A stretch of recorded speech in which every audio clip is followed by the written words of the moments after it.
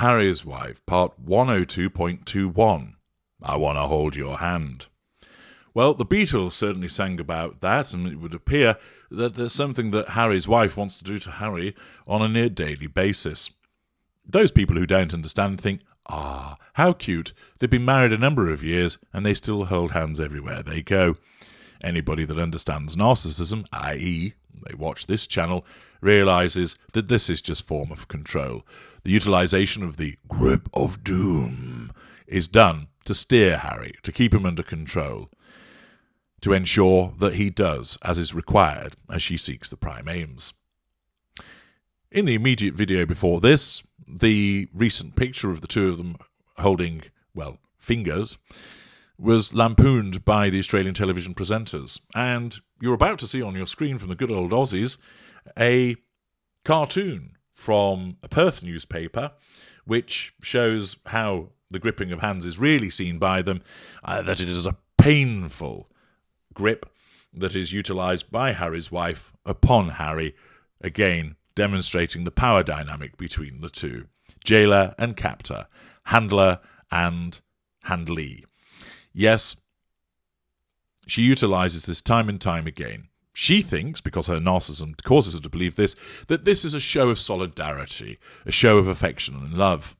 However, people who are in relationships the length that they have been in don't hold hands with that level of regularity in a healthy relationship. It's unnecessary.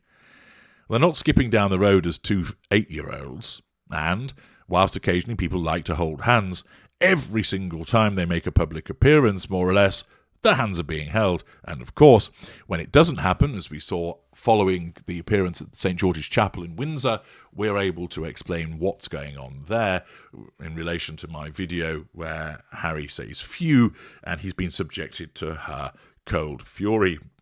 But of course, it behooves certain of the supine publications to come to the rescue of Harry's wife when she's being roundly lampooned for these power pictures and the hand-holding. And it falls this time as the wheel of rescue has been spun at the in-house PR person's office now, seeing as they've shifted from Sunshine Sachs to their in-house lady, that People.com have been sent some of the PR dollars and told, make us look good with regard to the power pictures and the hand-holding.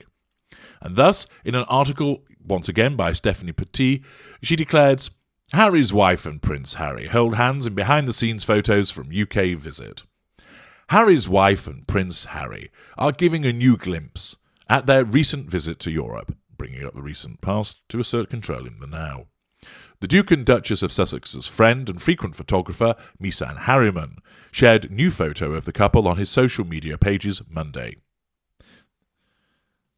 That's written as if it's come off a telegram, hasn't it? Should be shared new photos of the couple on his social media pages on Monday. Anyway, according to Harriman, the photos were taken moments before Harry's wife, 41, and Prince Harry, 38, took the stage at the One Young World Summit's opening ceremony in Manchester, England on September 5th. See parts passing for my dissection of one of the world's most boring speeches. In one shot, Harry's wife looks directly at the camera while linking her finger with Prince Harry's, who is giving the camera a slight smile.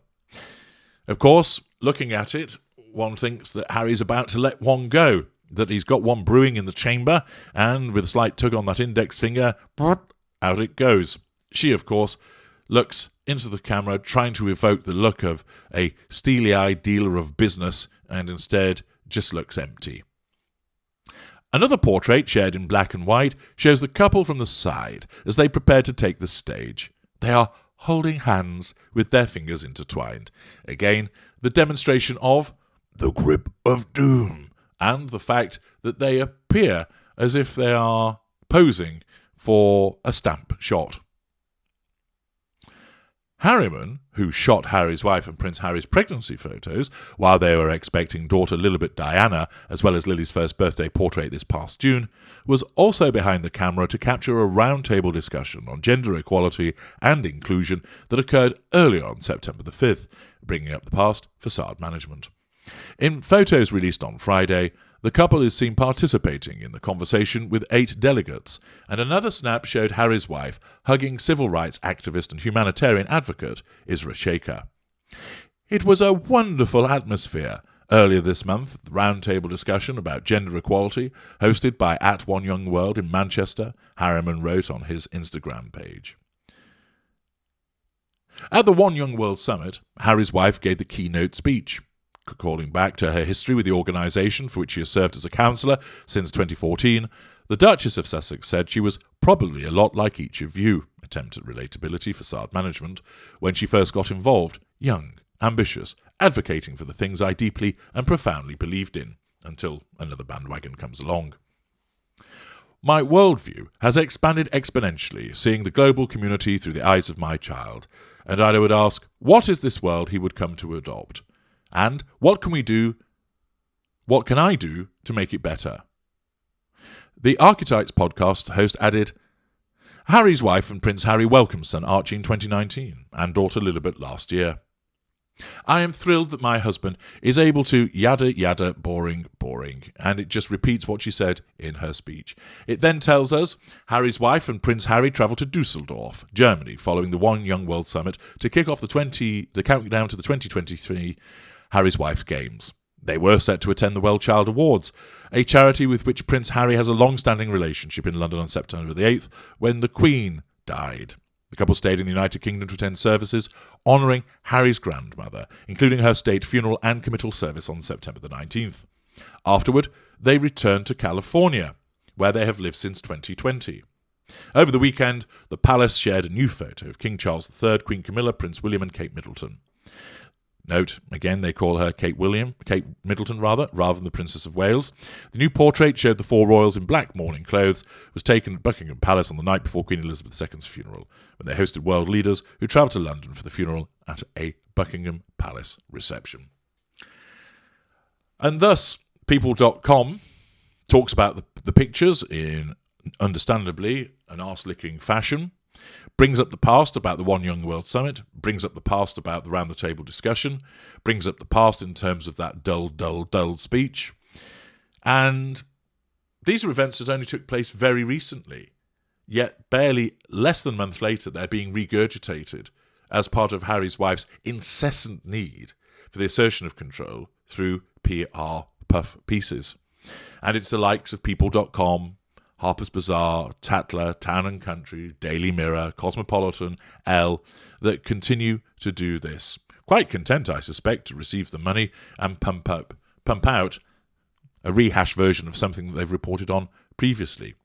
But it only goes to continue to demonstrate the desperation that Harry's wife exhibits to maintain control, to manage that facade, and the fact that there is so very little that she actually has to say about herself, that 1, old stuff has to keep being regurgitated, and 2, it's little wonder that her narcissism engages in some rampant character trait acquisition, as I have explained in the immediate preceding videos. I'm H.D. Tudor. Thank you for listening.